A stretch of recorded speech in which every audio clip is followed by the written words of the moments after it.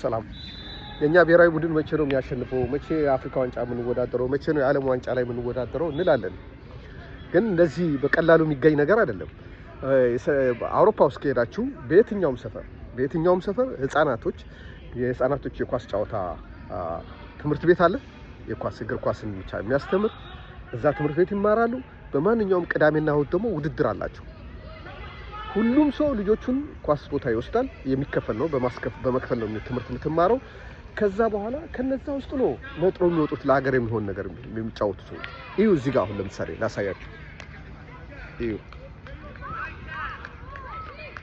አሁን በተለያየ እድሜ ደረጃ ላይ ያሉ እዚህ ሜዳ ላይ እዚህኛው ሜዳ እዚህ ጋር የሚጫወቱ አሉ። ወዲያ ደግሞ ከነሱ አነስ ያሉ የሚጫወቱ አሉ። ይሄ ውድድር ነው። ልክ እንደ ዋንጫ ጨዋታ ነው የሚጫወቱት። በጥሎ ማለፍ በምናም መጥቶ ቤተሰቦቻቸው ቆሞ እያዩ ነው የሚጫወቱት። እና የአንድ ቀን ስራ አይደለም። በህይወት ውስጥ ስኬታማ ለመሆን የአንድ ቀን ስራ አይደለም። ጊዜ የሰጠኸው ነገር ነው አሸናፊ የሚያደርገው። እኛ ሩጫ ከልጅነት ጀምሮ እንሮጣለን አይደል? በኑሮም በተለያየ ምክንያት እነሱ ደግሞ እግር ኳስን እንደዚህ በቃ ካደጉበት ጊዜ ጀምሮ ከህፃንነታቸው አሁን የምናያቸው ትልልቅ ክለብ ላይ ሲጫወቱ የምናያቸው ሰዎች እንደዚህ ነው ያደጉት። እንደኛ የሆነ ሰፈር ውስጥ በካልሲ ኳስ ሲጫወት ከታዩ ውስጥ የተመረጠ አይደለም። ከልጅነቱ ጀምሮ በዚህ ነገር ነው ያደገው።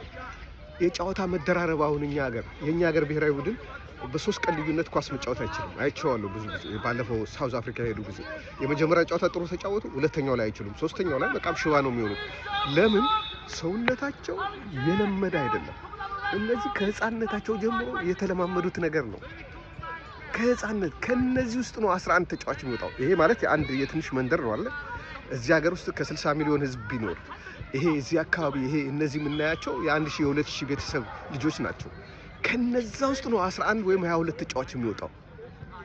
እኛ ያንን ነው ማውጣት ያልቻልነው፣ መስራት አልቻልንም። በኳስ ላይ መስራት ያልቻልነው በልጅነታቸው ነው። ኳስ ተጫዋች መሆን ያለባቸው ልጆች ትምህርታቸውን እየተማሩ የኳስ ዝንባሌ ያላቸውን በመለየት በማስተማር ነው ውጤታማ ነገር የሚመጣው እንጂ ዝም ብለህ ወጣት ስላለ ኳስ ታሸንፋለህ ማለት አይደለም። ወይም ቁምጣና ማሊያ ወይ ታኬታ አርጎ ስለገባ ያሸንፋል ማለት አይደለም።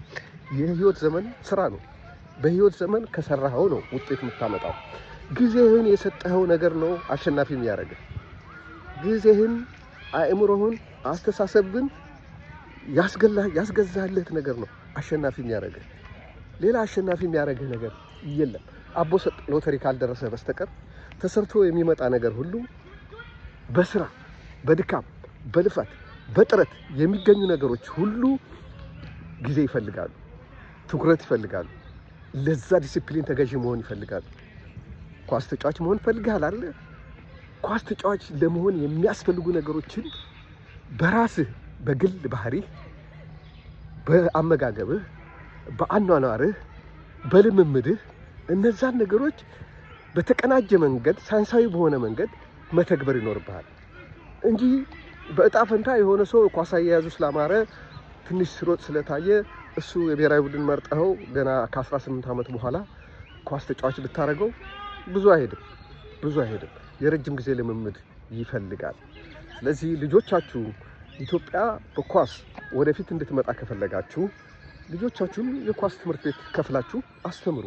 የኳስ ባለሀብቶች የኳስ ትምህርት ቤት ክፈቱ፣ አስከፍላችሁ አስተምሩ። ቢያንስ አቅም ያለው ሰው ያስተምር። ከዛ ሁሉ ውስጥ ነው 11 ተጫዋች የሚወጣው። ስላዳመጣችሁኝ አመሰግናለሁ። እግዚአብሔር ይስጥልኝ። ይህን ሼር ለማድረግ ነው።